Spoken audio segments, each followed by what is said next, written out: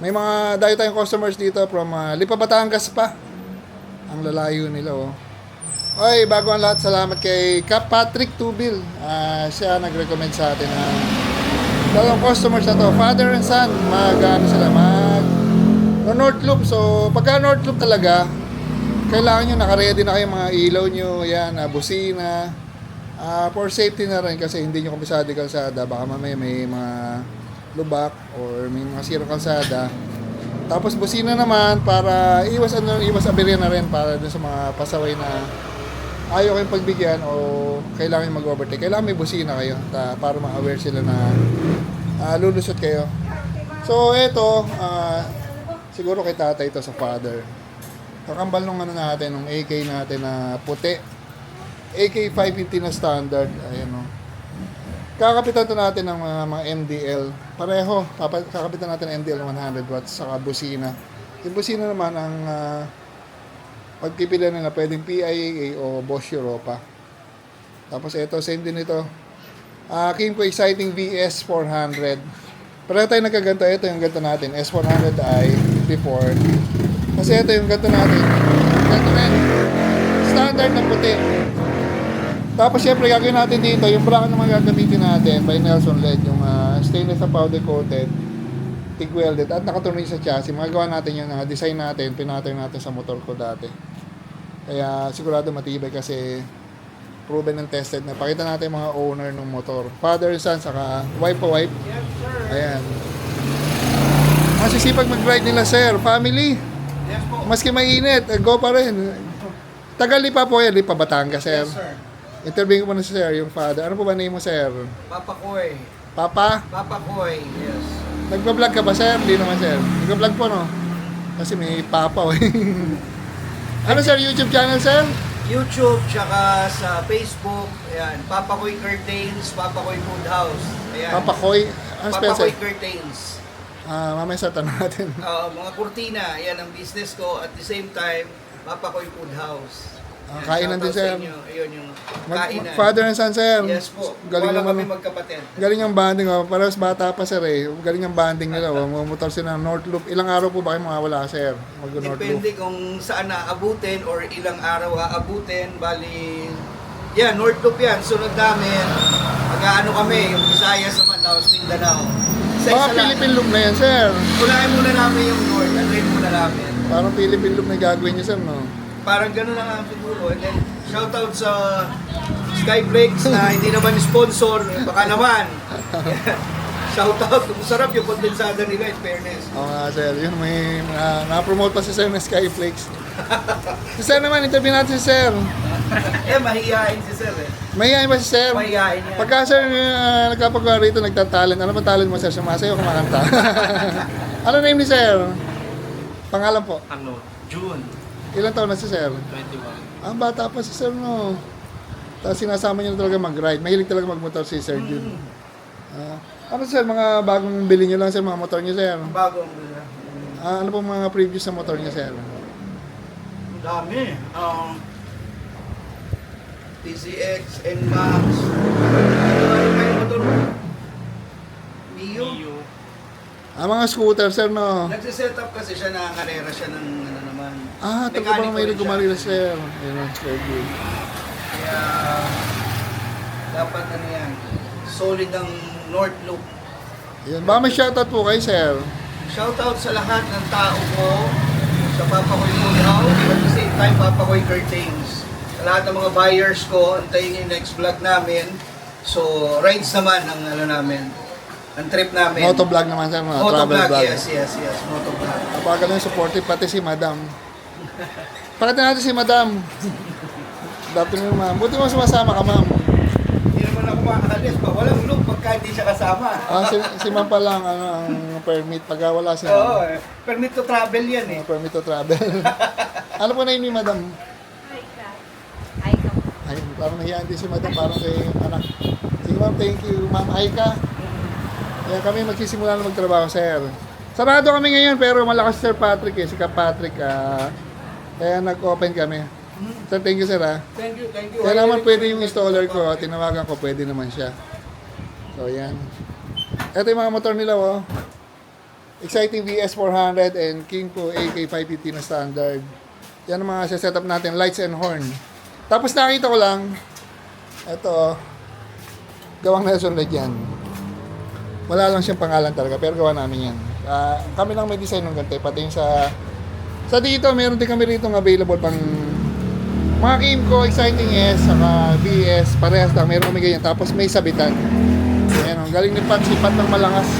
Ito na yung yung bracket na kinakabit namin. Yung bracket na kinakabit dito, Nelson Led bracket yan. Pag Nelson Led bracket, quality kasi stainless na powder coated.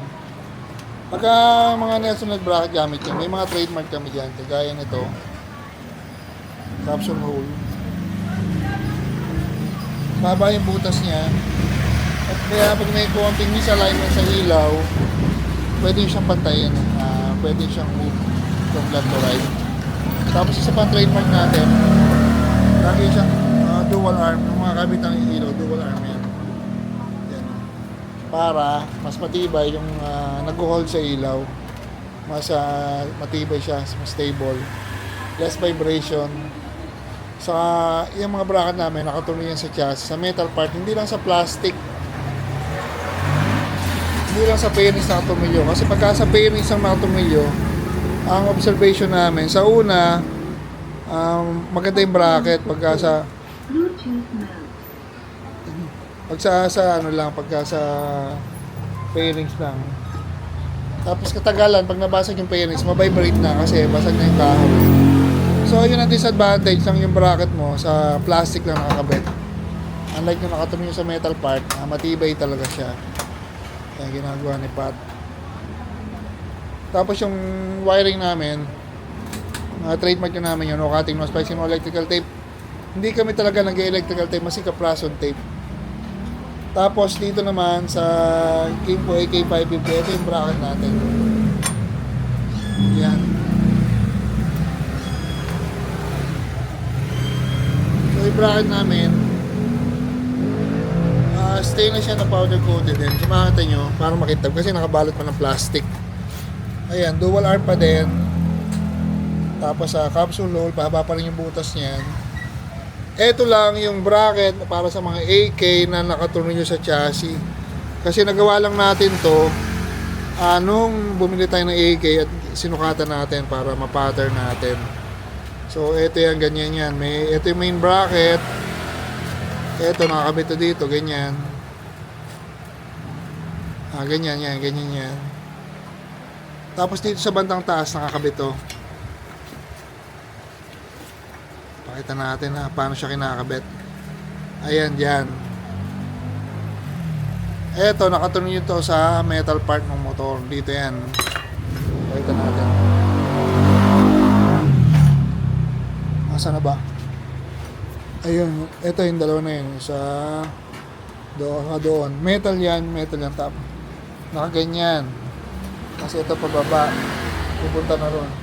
So yung buong bracket, saka ilaw, nag-hold sa kanya yung metal na pababa, nakatunog yung rito.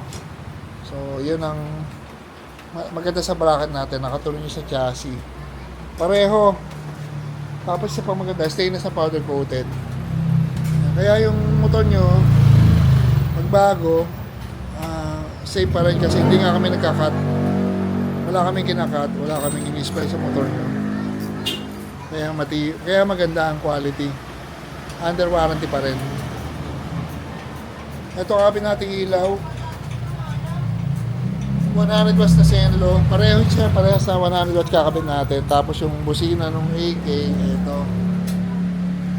So AK, naka-Bosch Europa. May Europa nasa loob na. Tapos na tayo rito. Pwede nating i-test. Nakabit na ilaw sa kabusina. Yung busina nito, PIAA, tapos yung ilaw, Senlo na 100 watts. Ginawa natin sa ilaw, nakasabit pababa kasi maglalagay pa siya ng additional na ilaw, baka gold lang.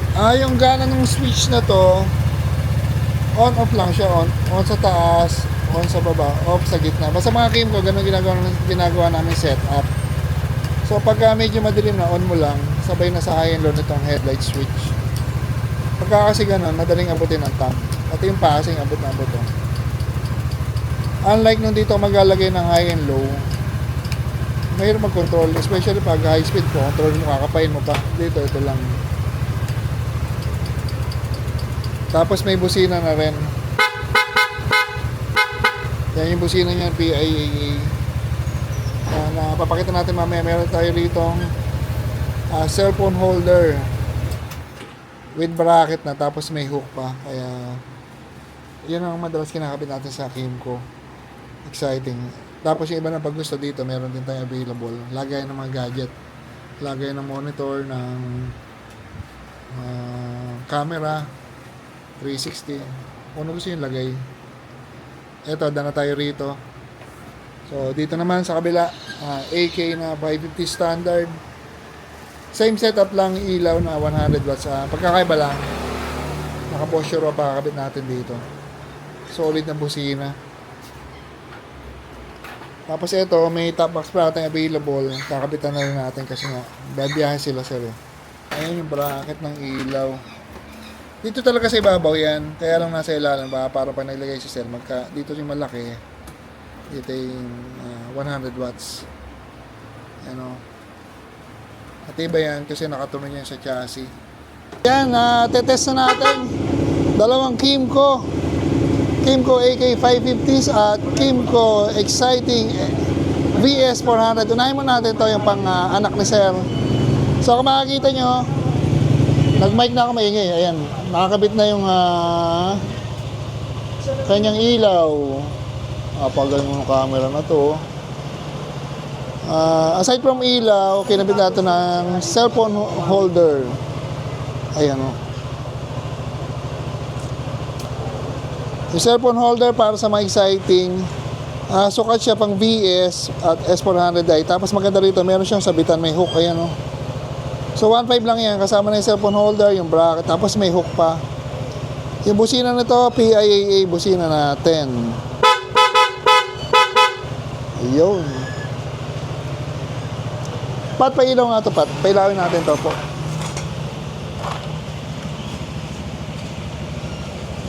Nagka-passing yan, ayan o, may passing din. Tapos yung kinabit natin heavy duty LED bracket, syempre by Nelson LED. Yan o.